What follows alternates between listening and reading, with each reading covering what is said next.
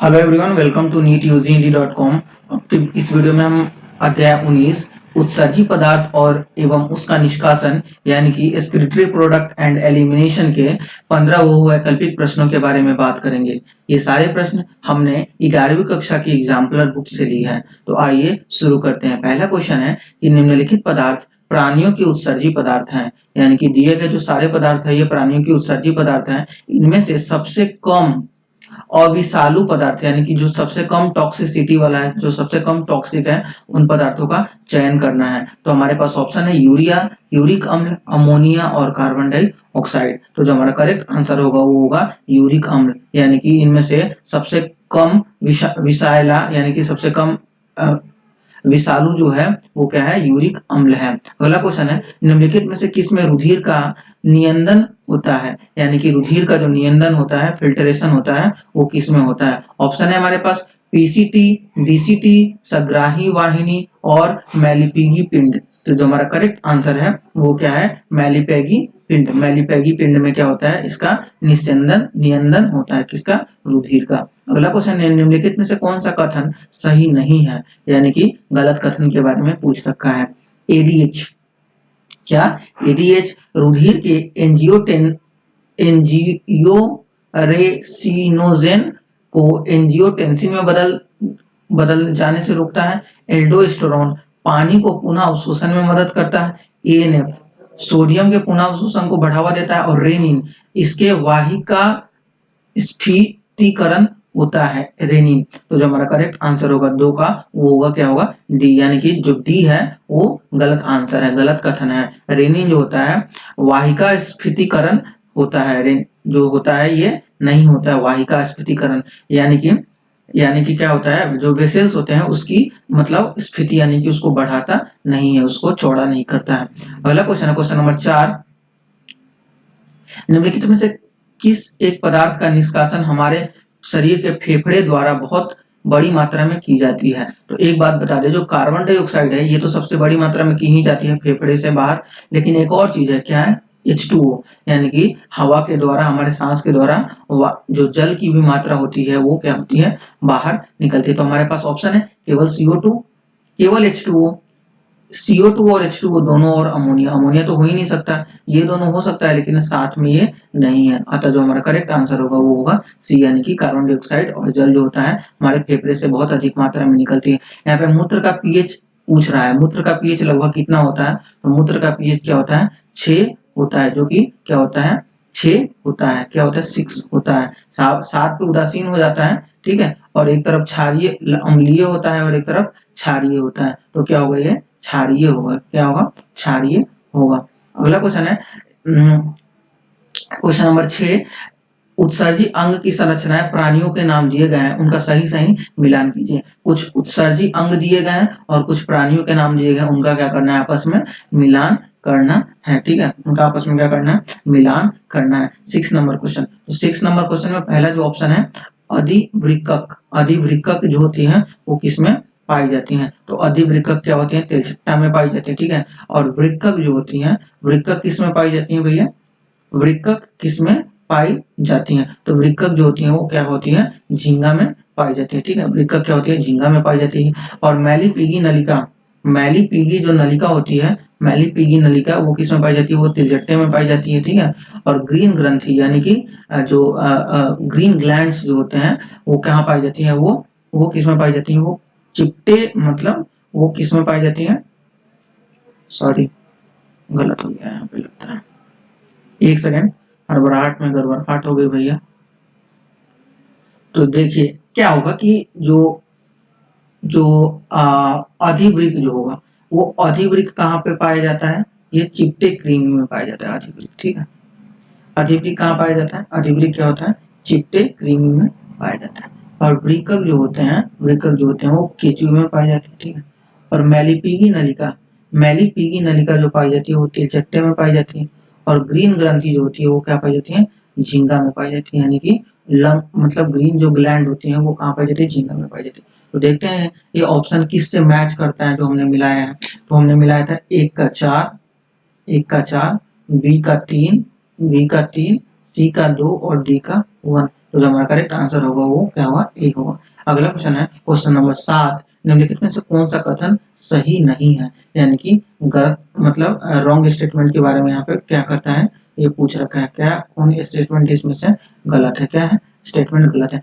तो पक्षी और स्थलीय घेंगे यूरिक अम्ल उत्सर्जी प्राणी होते हैं। क्या होते हैं, यूरिक अम्ल उत्सर्जी प्राणी होते हैं। पक्षी और स्थलीय घोंगे के बारे में पूछ रखा है। तो क्या होते हैं ये उत्सर्जी प्राणी होते हैं जो कि यूरिक अम्ल को उत्सर्जित करते हैं। सही नहीं यानी कि गलत कथन पूछ रखा है, ठीक है। तो ये सही कथन है। स्तनधारी और मेढक यूरिया उत्सर्जित करते हैं, बिल्कुल करते हैं भैया। जलीय एम्फीरिया प्राणी जलीय कीट अमोनिया उत्सर्जित करती है, बिल्कुल करती है। पक्षी और सरीसृप यूरिया उत्सर्जी प्राणी है, ये बिल्कुल गलत है। यानी कि पक्षी और सरीसृप जो है ये यूरिया को उत्सर्जित नहीं करते हैं। तो करेक्ट ऑप्शन आपका क्या होगा, करेक्ट आंसर हो जाएगा आपका डी। अगला क्वेश्चन है निम्नलिखित युग्मों में से, ये सारे क्वेश्चन आपके एनसीईआरटी के फर्स्ट पेज से ही बन जाता है। वहीं पे सारे प्राणियों के नाम और उसके उत्सर्जी अंग और उत्सर्जी पदार्थ के बारे में दिए गए हैं, ठीक है।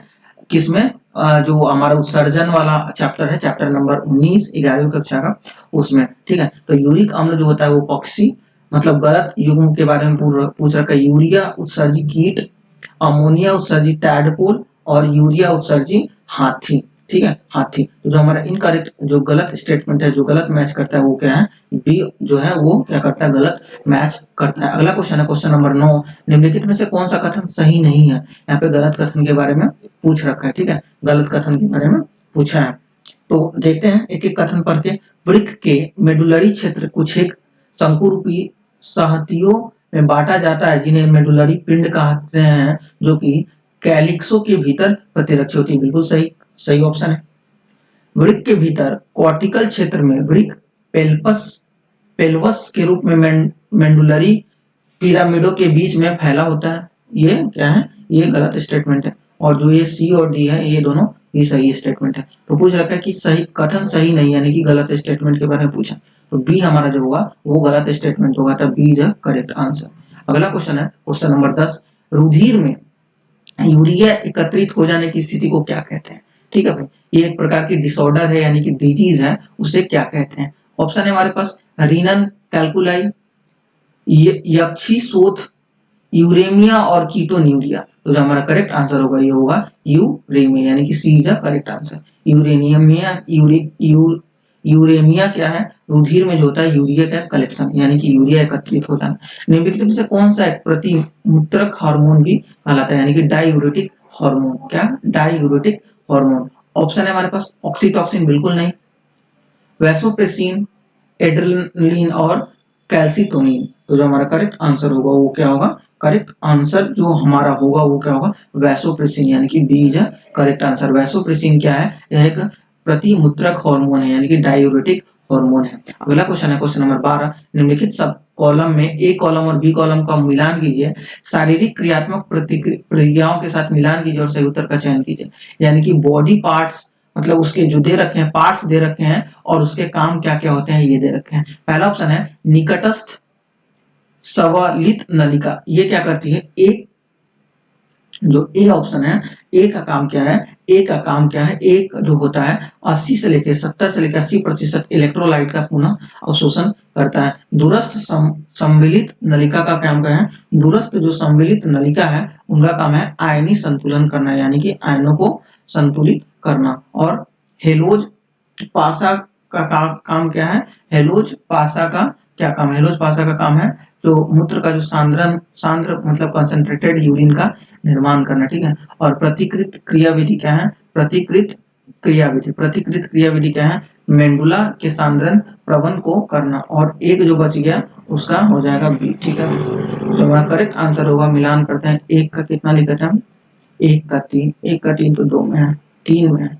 और 2 का देखते हैं, 2 का 4,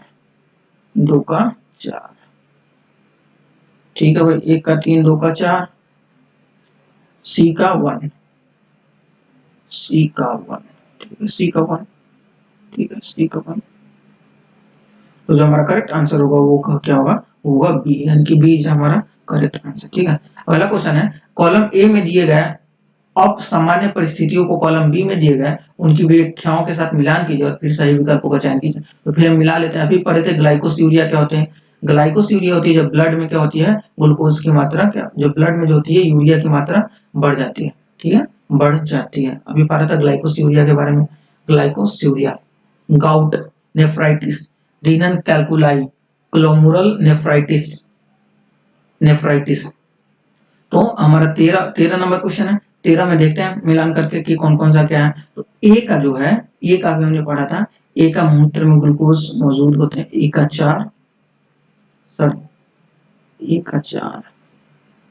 ग्लाइकोसूरिया, ग्लाइकोसूरिया, ग्लाइकोसूरिया का क्या होगा, ग्लाइकोसूरिया 1 का 3, ठीक है, और बी का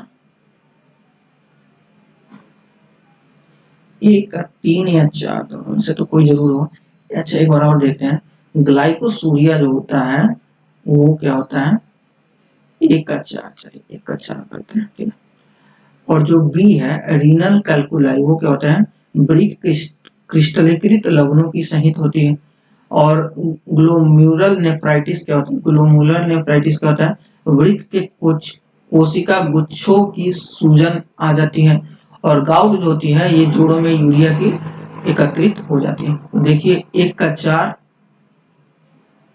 बी का 3, सी का 2 और 1 का, डी का 1, यानी कि करेक्ट जो हमारा 13 का होगा वो क्या होगा, सी। 13 का करेक्ट आंसर क्या होगा, सी होगा। अगला क्वेश्चन है क्वेश्चन नंबर 14। हम सांद्र तनु मूत्र उत्पादन कर सकते हैं, क्या करते हैं हम, जो कंसंट्रेटेड क्या कर सकते हैं, टॉयलेट का निर्माण कर सकते हैं, ठीक है। चलिए कर दिए कंसंट्रेटेड टॉयलेट का निर्माण, ठीक है। इस प्रक्रिया में एक विशिष्ट प्रणाली से सहायता मिलती है, एक विशिष्ट जो प्रणाली होती है उससे सहायता मिलती है। यह प्रणाली कौन सी है, ऑप्शन है हमारे पास पीसीटी द्वारा पुनः अवशोषण, संग्रही वाहिनी द्वारा पुनः अवशोषण, डीसीटी में पुनः अवशोषण एवं श्रवण, हेलोज पासा कुंडलित वासा रेक्टा में प्रनलित होती है। तो जो 14 है उसका जो करेक्ट आंसर होगा वो क्या होगा, जो वासा रेक्टा में प्रतिधार प्रणाली जो होती है ये इस प्रक्रिया में के लिए विशिष्ट प्रणाली होती है। अगला क्वेश्चन है अपोहन इकाई यानी कि कृत्रिम गुर्दा, यानी कि जो डायलिसिस करते हैं, जो तरल भरा होता है यह लगभग प्लाज्मा जैसी होती है। इनमें अंतर केवल यह होता है कि इस तरल में क्या नहीं होता है, इस तरल में क्या होती है, इस तरल में जो होती है हमें यूरिया नहीं मिलती है। तो करेक्ट आंसर सी। साथियों वीडियो कैसा लगा लाइक करें, शेयर करें एंड सब्सक्राइब करें हमारे चैनल को। बहुत बहुत धन्यवाद आप सभी साथियों का इतना सारा प्यार दिखाने के लिए।